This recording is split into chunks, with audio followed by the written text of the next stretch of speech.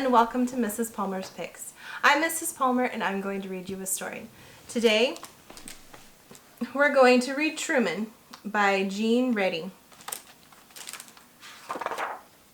I love Truman.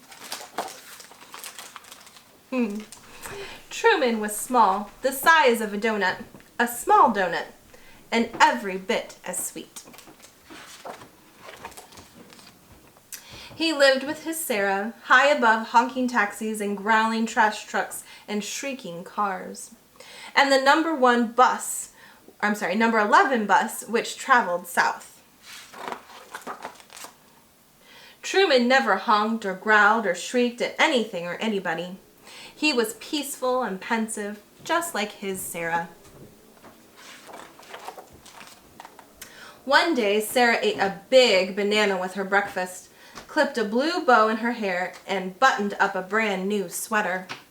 She strapped on a backpack so big 32 small tortoises could ride along in it, but 0 tortoises did.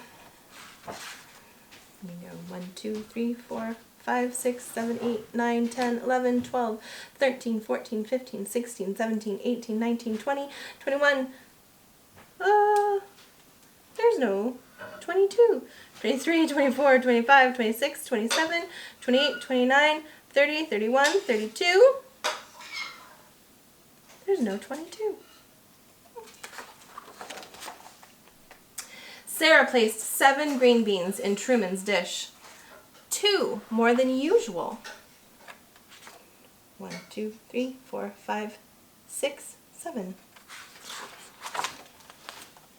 She kissed her finger and touched it to his shell and whispered, "Be brave." Then she left. Not to worry, she'd left before, and she'd always returned. But this time, that backpack was particularly big, and Sarah looked particularly pensive, and that banana, and that bow, and let's not forget about those extra green beans. That's when Truman saw something he'd never seen before. Sarah boarding the number 11 bus going south. The bus roared away. Truman waited for Sarah to return. He waited and waited. He waited 1,000 hours, tortoise hours that is, until he could wait no longer.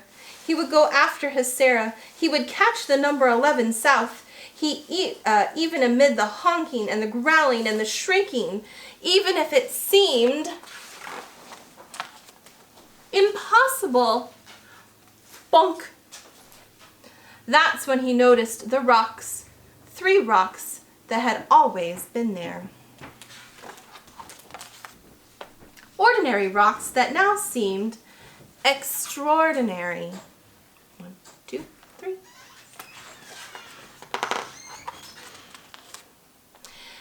And the arm of the couch and the pillow propped just right. And that tall, tall boot. And the rug, that glorious, endless rug. Without Sarah, their home seemed vast and uncharted and unsettling. Truly unsettling. All of the toys look scary. But perhaps most unsettling was that Truman could no longer see the taxis or the trash trucks or the cars or the number 11 bus. Which way was south anyway? Now the sun hung low, like Truman's head and heart. Just then,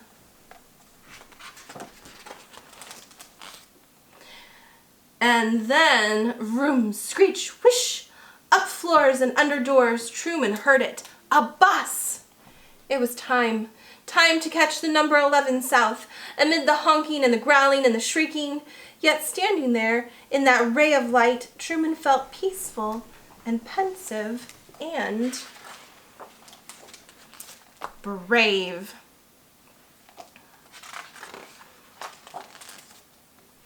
But just as he was about to slip under the door, through that opening barely the size of a small tortoise. Sarah! She spotted him, shining like the sun. Truman, she cried. She scooped him up and said things like, oh my goodness, and you, and how did you ever, and amazing. Sarah kissed her finger and touched it to his shell and tucked him back safely in his tank, where he was peaceful and pensive and proud.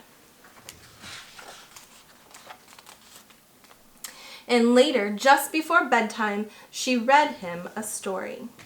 And the story she read was Truman. Now Truman knew that one day soon he and his Sarah might travel south to see new sights and hear new sounds and think new thoughts. Here it says show and tell. She brought him to class together. I hope you liked this story. If you did, check it out at your local library. Thanks. Bye.